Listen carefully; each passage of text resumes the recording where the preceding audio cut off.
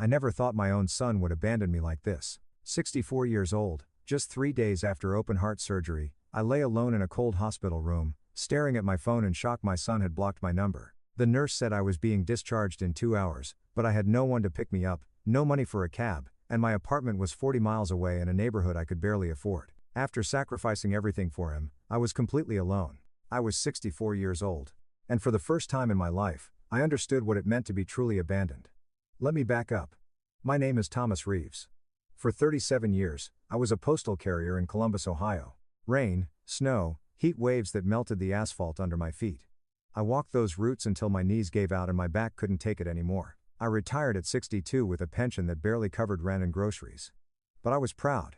I'd raised my son Marcus alone after my wife died when he was 7. I worked double shifts, skipped meals, wore the same jacket for 15 years, all to give Marcus opportunities I never had. And it worked. Marcus got into Ohio State, then law school, then landed a job at one of those big corporate firms in downtown Columbus. The kind with marble lobbies and espresso machines that cost more than my monthly pension. He married Vanessa, a woman who introduced herself as a lifestyle consultant, which, as far as I could tell, meant she spent other people's money on things nobody needed. They lived in a house in Upper Arlington with more bathrooms than I had rooms in my entire apartment. I was happy for him. Proud, even.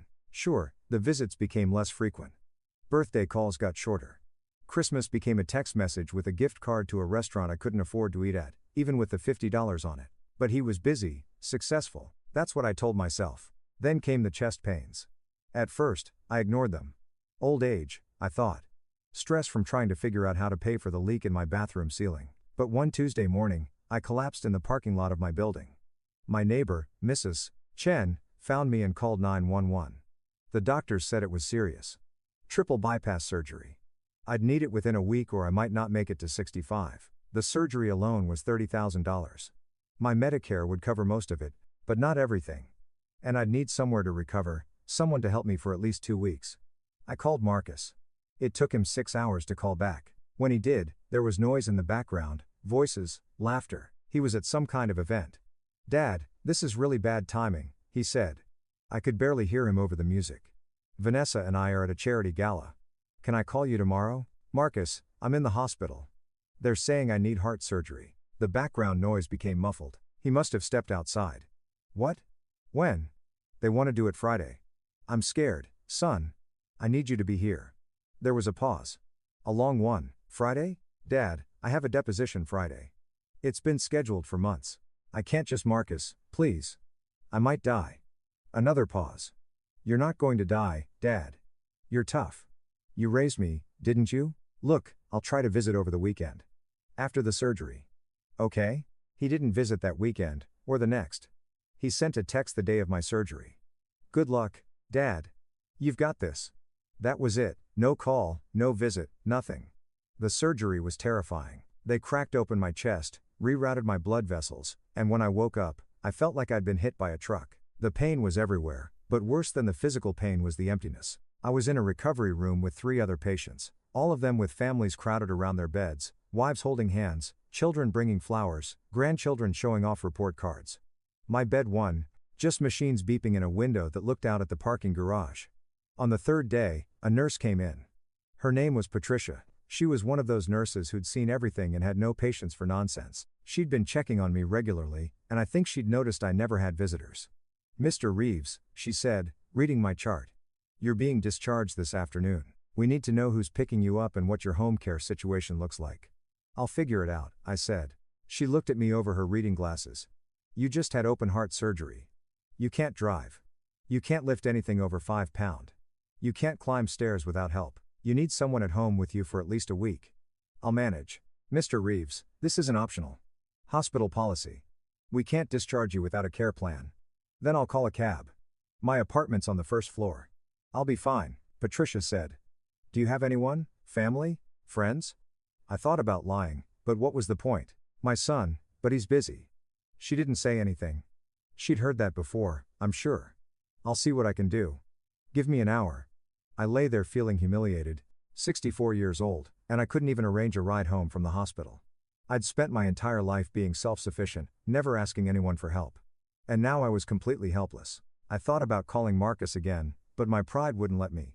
If my own son couldn't be bothered to check on me after major surgery, I wasn't going to beg. That's when Dr. Morrison walked in. I'd met him briefly before the surgery. He was the cardiac surgeon who'd performed the operation. Late 60s, silver hair. The kind of presence that made you feel calmer just by being in the room.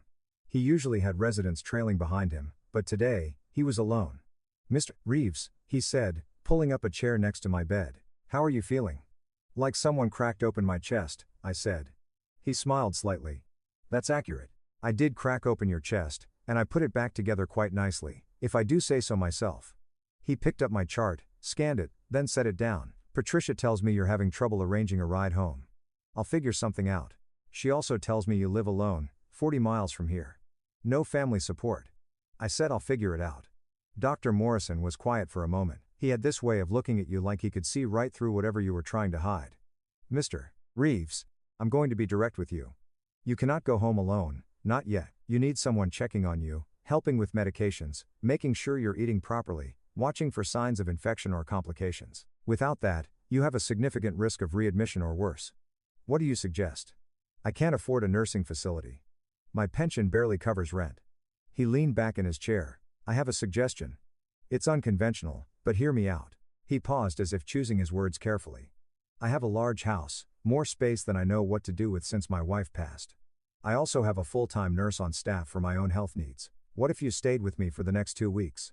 Just until you're stable enough to manage on your own." I stared at him. "I'm sorry. What?"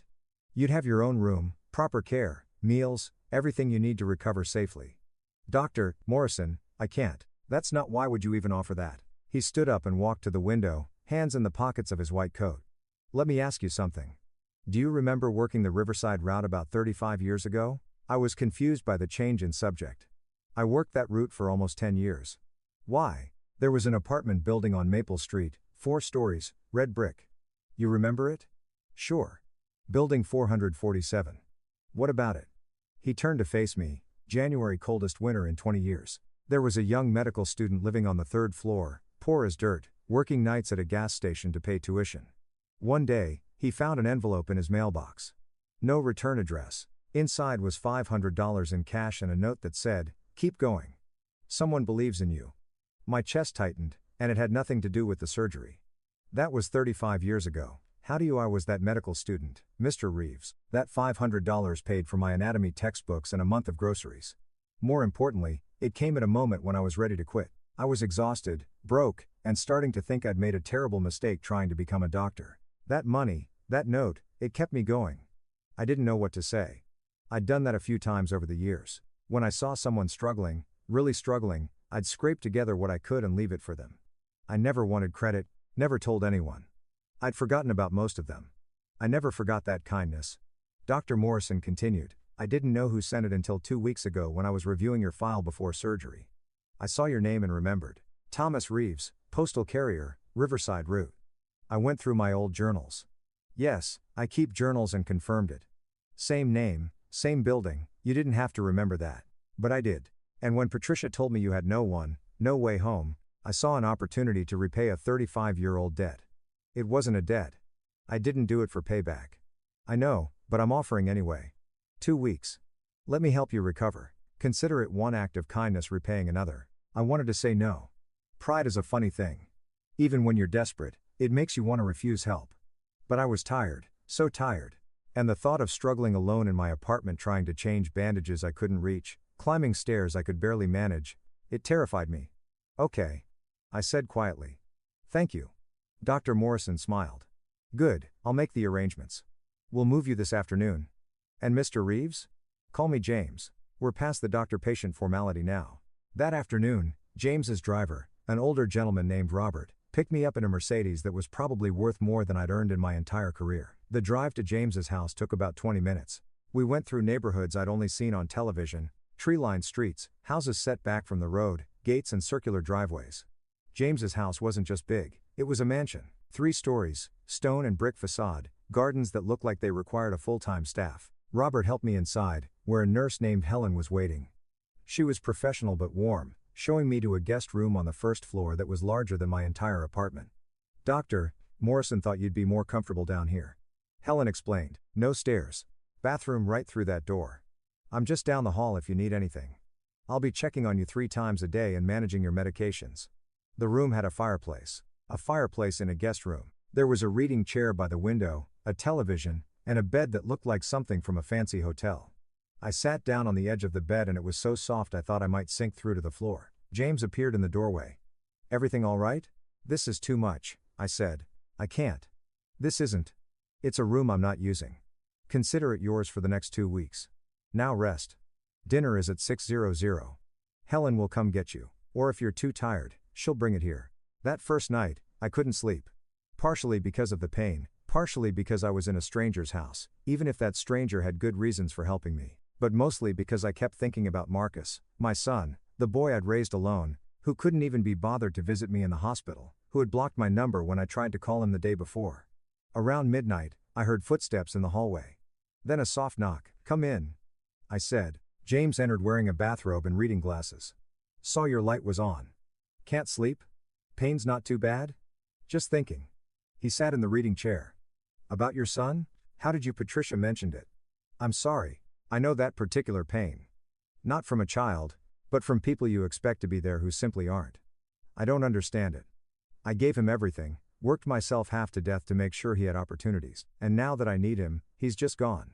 James was quiet for a moment. Can I tell you something about my career? In 30+ years as a cardiac surgeon, I've seen thousands of patients. The ones who recover best aren't always the ones with the most money or the best insurance. They're the ones with people who show up, who sit by their beds, who ask questions, who care. The body heals better when the heart isn't broken. My heart's literally broken, I said, trying to make a joke. And we fixed the physical part, but the other kind of heartbreak, that takes longer. And sometimes, Mr. Reeves, the people who are supposed to love us aren't capable of it. Not because we failed them, but because they've lost something along the way, something essential. I must have done something wrong. Parents are supposed to raise children who care. You know what I think? I think you raised a son who succeeded professionally. And somewhere in that success, he forgot where he came from. He forgot the sacrifices, or maybe he convinced himself they weren't as significant as they were. That's on him, not you. We talked until almost 2:00 in the morning. James told me about his career, his late wife Margaret who died of cancer 5 years earlier, his own estrangement from his sister who'd only shown up after Margaret's death to ask about inheritance. I told him about my wife Sarah, about raising Marcus alone, about the small moments I'd been proud of that now felt hollow. The next 2 weeks passed in a strange blur of recovery and kindness. Helen checked on me like clockwork, managed my medications, helped me with things I couldn't do myself. Robert drove me to follow-up appointments with James. There was a cook Maria who made meals that tasted like actual food, not the frozen dinners I'd been living on for years. But beyond the medical care and the comfortable room, there was something else, companionship. James would stop by my room every evening after he got home from the hospital. We'd talk about everything, books, politics, stupid television shows, our regrets and hopes. He introduced me to his friends who'd stop by, other doctors, retired colleagues, people who treated me like I belonged there. For the first time in years, I didn't feel invisible. I felt seen, valued, like my presence mattered. 10 days into my stay, Marcus finally called. Helen knocked on my door during lunch. Mr. Reeves, you have a call. Your son. My hand shook as I took the phone. Marcus? Hey, Dad. His voice was casual, too casual. Sorry I haven't checked in. Work's been crazy. How are you feeling? I'm recovering. I had major surgery, Marcus. Where have you been? I told you, work. Look, I'm calling because Vanessa and I want to come visit, see how you're doing. Maybe this Sunday? Something in his tone felt off. How did you get this number? I called the hospital. They transferred me. Dad, where are you? Why aren't you at home? I hesitated. I'm staying with a friend during recovery. What friend? You don't have friends with. He stopped himself, but the implication was clear. You don't have friends with money. A friend who actually showed up when I needed help. There was a pause. Dad, don't be dramatic. I was busy. You're fine, right? So what's the big deal? The big deal? My son was asking what the big deal was about abandoning his father after open heart surgery. The address is 4782 Lakeshore Drive. I said quietly. Sunday at 2:00. Lakeshore? That's Dad. Whose house are you at? I'll see you Sunday, Marcus. I hung up before he could ask more questions. My hands were shaking. James appeared in the doorway. He'd been in his study but must have heard. Your son? He asked. I nodded. He wants to visit Sunday. First time he's checked on me since the surgery. James sat down. Let me guess. He suddenly became available when he found out where you're staying? How did you know? Because I've seen it before. People who disappeared during the crisis suddenly reappear when they think there's something to gain. He paused. Thomas, I need to tell you something and you're not going to like it. My stomach dropped. What? I had my attorney do some checking. Your son, Marcus, he's in financial trouble, serious trouble. His firm has been losing major clients. He took out a second mortgage on his house to maintain appearances. His wife's spending is out of control. They're leveraged to the point where one missed payment could collapse everything. Why would you? Because I wanted to know who had abandoned my patient, my friend, and what I found concerned me. Thomas, I think your son is coming Sunday because someone told him you're staying at the home of Dr. James Morrison, chief of cardiology, one of the wealthiest doctors in the state. The implications hit me like a punch. You think he's after money? I think he's desperate. And desperate people make calculated choices. He's my son. He wouldn't. I hope you're right. But I've arranged for my attorney to be here Sunday, just in case. If I'm wrong, he'll stay out of sight. But if I'm right, he trailed off. Sunday came. I was nervous. Part of me wanted to believe Marcus was genuinely concerned, that he'd rushed over as soon as he could, that he was still the boy who'd hugged me tight when he graduated high school and whispered, "Thank you, Dad, for everything." The doorbell rang at exactly 2:00. Robert answered it. I heard Marcus's voice in the foyer, too loud, too cheerful. Wow. This is quite a place. Dad didn't mention he was staying somewhere, so he appeared in the living room doorway and stopped. I was sitting in one of James's leather chairs. James stood next to the fireplace. Marcus's expression cycled through surprise, recognition, and then something else. Calculation. Dr. Morrison? Marcus said. From Columbus General? Marcus Reeves. James said. I've heard a lot about you. Vanessa appeared behind Marcus. She was dressed like she was going to a country club. Her eyes swept the room, taking in the artwork, the antiques, the obvious wealth. Oh my God, she whispered to Marcus. This is Dr. Morrison? The doctor? Morrison? Marcus recovered quickly. He walked over and shook James's hand too vigorously. Dr. Morrison, I can't thank you enough for taking care of my father. When Dad called and said he was staying with a friend, I had no idea. This is incredible. Above and beyond. Your father and I go back many years, James said evenly. We do? I said, confused. James smiled at me. Remember that envelope, Thomas? 1989? We go back to then. Marcus looked between us. Envelope? Dad, what's he talking about? Before I could answer, Vanessa had made herself comfortable on the sofa. This home is absolutely beautiful. You must have a wonderful decorator. My late wife, Margaret, James said. She had excellent taste. Oh, I'm so sorry, Vanessa said, though her tone suggested she was anything but. It must be lonely in a house this size. Just you and the staff? I manage. Marcus sat down next to me. His hand landed on my shoulder. It was the first time he'd touched me in over a year. Dad, you're looking good. Really good. Much better than I expected. No thanks to you, I said quietly. His hand tightened on my shoulder, a warning. Dad, come on, I explained. I was slammed with work, but I'm here now. 10 days late. Better late than never, right? He laughed, but it was hollow. Look, I'm glad you're in such good hands, Dr. Morrison. Dad's really lucky to have a friend like you. I'm the lucky one, James said. Your father changed my life 35 years ago. I'm simply repaying a debt. A debt? Marcus leaned forward, interest sparked in his eyes. What kind of debt? James explained the story, the money in the mailbox, the note, how it had kept him going through medical school. As he talked, I watched Marcus's face. He wasn't listening like a son hearing about his father's quiet acts of kindness. He was listening like a lawyer evaluating an asset. When James finished, Marcus shook his head in wonder. Dad, I had no idea you did things like that. That's really something.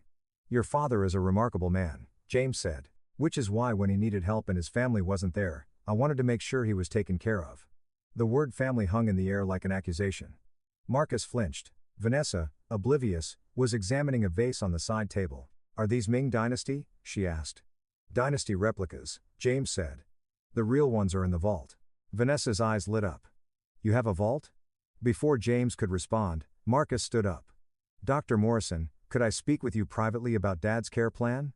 James glanced at me. I nodded. They left the room. Vanessa immediately pulled out her phone and started taking photos of the living room. Vanessa, what are you doing? Are you kidding? Do you know who Dr. Morrison is? He's on the board of 3 hospitals. He owns medical buildings all over the state. Thomas, your dad is staying with someone worth hundreds of millions. So? Thomas, This is an opportunity. Your dad helped him 35 years ago. That creates a relationship, a connection. Do you know what we could do with a connection like that? He's my father's friend, not a business opportunity. Everything's a business opportunity if you approach it right. She put her phone away and straightened her dress. When they come back, let me do some talking. In James's study, Marcus closed the door. Dr. Morrison, I want to be direct with you. I know my father can be proud, stubborn. He probably hasn't told you, but he's not doing well financially. His pension barely covers rent. He's got medical bills from this surgery that'll bury him. I'm aware, James said, settling behind his desk. Right. So, here's what I'm thinking. You clearly care about my dad. You've got this big house. What if he stayed here? Not just for recovery, permanently. You get companionship. He gets security. Everyone wins. James steepled his fingers. Interesting proposal. What about you? What about me? Where do you fit in this arrangement? Marcus hesitated. Well, I'm his son. Obviously, I'd need to be involved in any major decisions. Power of attorney, that kind of thing, to protect Dad's interests. His interests or yours? I don't appreciate what you're implying. I'm not implying anything, Marcus, I'm stating it directly. You disappeared when your father needed you most. Now you're back proposing an arrangement that would give you legal control over his affairs. An arrangement that would position you as the intermediary between your father and a wealthy man. Marcus's face reddened. You don't know anything about my relationship with my father. I know he called you from the hospital, terrified, facing major surgery, and you were at a charity gala. I know he spent 3 days post-surgery with no visitors while your bed had flowers from people who barely knew you. I know he couldn't even get a ride home because his son blocked his number. He told you that. He didn't have to. I had my attorney look into it. I also know about your financial situation, the firm's troubles, the second mortgage, your wife's spending habits. Should I continue? Marcus stood up. You had no right. I had every right to protect my friend. Sit down, Marcus. Something in James's tone made Marcus sit. James opened a drawer and pulled out a folder. I'm going to make you an offer. One time. After this, the conversation is over. He slid the folder across the desk. That's a check for $50,000. It'll cover your immediate debts, buy you some breathing room. Marcus opened the folder. His hands trembled as he saw the check. There are conditions, James continued. First, this money is for you, not your wife, not for maintaining a lifestyle you can't afford, for genuine necessities. Second, you will repair your relationship with your father, not because he's staying with a wealthy man, because he's your father. Third, you will never ever ask him or me for money again. This is a one-time bailout based on your father's kindness to me, not your worthiness. Understood? Marcus stared at the check. Why would you do this? Because your father would want me to help you. Even after everything, he still loves you. I'm doing this for him, not you, and if I don't accept the conditions, then you leave here with nothing. And I'll make sure your firm knows exactly why you suddenly have an interest in your father's welfare. I know 3 senior partners at your firm personally. I'm sure they'd be interested to hear how you've been spending your time. Marcus's face went white. He looked at the check, then at James, then back at the check. Finally, he folded the folder and stood up. I need to think about it. You have until you walk out that door. After that, the offer expires. They returned to the living room. Marcus's face was unreadable. Vanessa immediately jumped up. Well, what did you two talk about? Nothing important, Marcus said. He looked at me. Dad, can we talk? Alone? We went out to the garden. It was a beautiful afternoon, warm for March. Marcus was quiet for a long time. Dad, I'm sorry, he finally said. For what specifically? For not being there, for the hospital, for not visiting, for he trailed off. For everything. Why weren't you there, Marcus? Really? He sat down on a stone bench. Because I was ashamed. Of what? Of failing. Dad, I'm not the success you think I am. The firm's struggling. I made bad investments. Vanessa spends money faster than I can make it. We're drowning in debt, and I couldn't face you, the man who sacrificed everything for me. I couldn't look you in the eye and admit I'd screwed it all up. So you just disappeared? I know, it was cowardly. I told myself I'd visit after I got things under control, but things never got under control. They got worse. And then when I found out where you were staying, I thought he stopped. You thought you could use me. Use my connection to James. He nodded, not meeting my eyes. Yeah, that's exactly what I thought. And Dr. Morrison just offered me money to help with my debts, $50,000. Are you going to take it? I don't know, the conditions are they're fair, but they're hard. He wants me to fix our relationship, to actually be your son again, not just when it's convenient. And you don't think you can do that? I don't know if I deserve to. I abandoned you, Dad, when you needed me most. I sat down next to him. My chest hurt, but not from the surgery. Marcus, I'm going to tell you something I've never told anyone. When your mother died, I didn't think I could go on. Every day felt impossible, but I had you. And I made a choice. I could wallow in my grief, or I could be the father you needed. So I chose you. Every single day, I chose you. I know, that's what makes this so much worse. Let me finish. I chose you. And I'd do it again, every time, because that's what love is. It's choosing someone even when it's hard, even when they disappoint you, even when they fail. I looked at him. You failed me, Marcus. You hurt me more than I knew I could be hurt, but you're still my son. And if you want to repair this, if you want to actually try, not because James is making you, but because you want to, then I'm here. Marcus started crying, real tears, not the polite social ones. He put his head in his hands. I'm so sorry, Dad. I'm so sorry. I put my arm around him, careful of my healing chest. I know, now, what are you going to do about it? Marcus took James's offer. He and Vanessa left an hour later. At the door, Marcus hugged me carefully. I'll call you tomorrow. A real call. Is that okay? That's okay. After they left, James found me in the garden. How are you feeling? Honestly, I don't know. Hopeful, scared, both. Both is appropriate. Thomas, I need to tell you something. That money I gave Marcus, it came with another condition I didn't mention. What? The check won't clear for 6 months. If he doesn't follow through on repairing your relationship, if he goes back to ignoring you, the check bounces. He'll have spent 6 months thinking he had a safety net, only to discover he never did. I stared at him. That's ruthless. That's accountability. I meant what I said. I did it for you, not him. If he wants the money, he earns it by being a son. If he can't do that, he doesn't deserve help. What if he finds out? Then he learns another lesson about consequences. James smiled, but I think he'll follow through. I saw something in his eyes when you two talked. Regret. Real regret. That's a starting point. Over the next 3 months, Marcus called me every Tuesday and Thursday. At first, the conversations were awkward, stilted. We didn't know how to talk to each other anymore, but slowly it got easier. He told me about his work, but also about his fears. About therapy he'd started. About conversations with Vanessa about their spending and priorities, and he visited every other Sunday. He'd drive to James's house. Sometimes Vanessa came, sometimes just him. We'd have lunch, talk, go for slow walks in the garden. James and I had fallen into a comfortable routine. I'd officially stayed past my 2-week recovery. Then a month, then 2. One evening, James asked if I'd consider staying permanently. Thomas, I have more space than I need and more money than I can spend. You have companionship to offer and a lifetime of stories I want to hear. Why not make this official? Official how? Stay. Live here. Not as a guest, as family. James, I can't. Before you say no, think about it. You'd have your own space, no financial worries, access to the best medical care. Most importantly, you'd have someone who actually wants you around. And I'd have the same. We've both been alone too long. I thought about my apartment, the leaky ceiling, the thin walls, the loneliness that seeped into every corner. Then I thought about the last 2 months, conversations over breakfast, watching old movies together, having someone to talk to about books and ideas in life. Okay, I said, on one condition, I pay rent. Don't be ridiculous. I'm serious. Not market rate, but something, I need to contribute. I can afford $300 a month from my pension. James laughed. Thomas, my property taxes are more than your annual pension. $300 a month or I'm not staying. He sighed, you're the most stubborn man I've ever met. Fine. $300 a month. I'll donate it to charity in your name. 6 months after Marcus took James's check, I got a call from James's attorney. Mr. Reeves, I wanted to inform you that Marcus's check cleared today. All conditions were met. Marcus had done it. For 6 months, he'd showed up, been present, tried. And he didn't know the check had been contingent on that behavior. He'd done it because he wanted to, not because he had to. That Sunday, when Marcus arrived for lunch, I told him, you knew?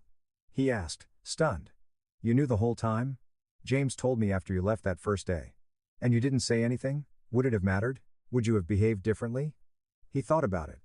Honestly, probably not. I needed to do this for me, for us. He paused. Dad, Vanessa and I are making changes, real changes. We sold the house in Upper Arlington, got something smaller, more manageable. She's actually working now, as an actual consultant, not a lifestyle one. We're in couples therapy. It's hard, but it's good. I'm proud of you. Don't be, not yet. I'm just trying to be the son you deserved all along. A year after my surgery, James and I were having breakfast when he said, I need to tell you something. I'm revising my will. I set down my coffee. James, no. We've talked about this. Hear me out. I have distant relatives who I barely know. They'll get trust funds, but the bulk of my estate, the house, the medical buildings, the investments, I'm leaving to you. Absolutely not. That's insane. It's my choice. Thomas, you saved my life 35 years ago with $500 and a note. You didn't know you were doing it, but you did. Now I've gotten to spend this last year with you, sharing my home with someone who genuinely cares, who asks how my day was, who watches terrible television with me and argues about plot holes, who makes me laugh. You've given me something I thought I'd lost when Margaret died. Family. I don't want your money, James. Good, because I'm not leaving it to you for the money. I'm leaving it to you because you'll use it the way it should be used. You'll help people, quietly, the way you always have. Some postal worker somewhere will find an envelope in their mailbox with enough money to change their life. And they'll never know it came from you. I started crying. You're not dying, are you? Is there something you're not telling me? I'm 71 with a pacemaker. I'm not dying tomorrow, but I'm not going to live forever either. And I want to know that everything I've built will go to someone who understands what really matters. James lived another 8 years, good years. He retired from surgery, but stayed on as a consultant. We traveled places I'd never dreamed of seeing: Europe, Japan, Australia. We hosted Marcus and Vanessa for holidays. We watched as they had a daughter they named Sarah, after my late wife. When James finally passed peacefully in his sleep at 79, it felt like losing a brother. The funeral was enormous, hundreds of former patients, colleagues, friends. Marcus stood next to me throughout. At one point, he whispered, "He changed both our lives, didn't he?" Yeah, he did. The will reading was simple. James had left generous trust funds to his nieces and nephews, donations to medical charities, and everything else, the house, the medical buildings, the investments, to me. The total value was staggering, more money than I'd earn in 100 lifetimes. James's attorney handed me an envelope. "Dr. Morrison asked me to give you this when the time came." I opened it. Inside was a note in James's handwriting. "Thomas, 35 years ago, you gave me $500 and a note that said, 'Someone believes in you.' You'll never know how many times I reread that note during hard days, how many times it kept me going. I'm leaving you everything because I believe in you. I believe you'll use this wealth the way I tried to help people, to make a difference, to be kind when no one's watching. But more than that, I'm leaving it to you because you taught me something important. Family isn't about blood. It's about showing up. It's about choosing someone every day. It's about sitting with them in hospital rooms and garden benches and breakfast tables. You showed up for me when I needed it most. You chose me. And these last 8 years have been the best of my life. Use the money well. Help people. And every now and then, leave an envelope in someone's mailbox. Some medical student somewhere is struggling. Be their miracle. With love and gratitude, James." I stood there in the attorney's office, crying, holding this note from a man who'd become my brother. Marcus put his hand on my shoulder. "You okay, Dad?" "Yeah," I said. "I'm okay. I still live in James's house, my house now, though it'll never feel like mine. Marcus visits every Sunday with Sarah. She calls me Grandpa Tom and asks me to tell her stories about Great Uncle James. I've set up a foundation in James's name. It provides grants to medical students from difficult backgrounds. Every student who receives a grant also receives an envelope. Inside is a note that says, 'Someone believes in you. Keep going.'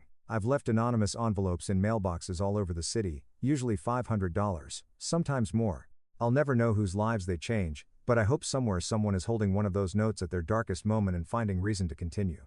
Because that's what James taught me, that's what my wife Sarah taught me, that's what I'm finally teaching Marcus. We save each other. Not with grand gestures or public declarations, but with small acts of kindness when no one's watching, with showing up when it's inconvenient, with choosing someone every day, even when it's hard. My son almost lost me. But he found me again. And in finding me, he found himself. I almost lost everything. But I found something better. A brother, a family, a purpose. All because I collapsed in a parking lot and a cardiac surgeon recognized my name from an envelope he received 35 years ago. Life is strange that way. The smallest kindnesses echo across decades. The people you save might save you back. And family, real family, is built not from blood, but from choice. Every single day, we choose. And that makes all the difference. Thanks for watching, and remember, the craziest stories are still ahead. Subscribe so you don't miss the next one.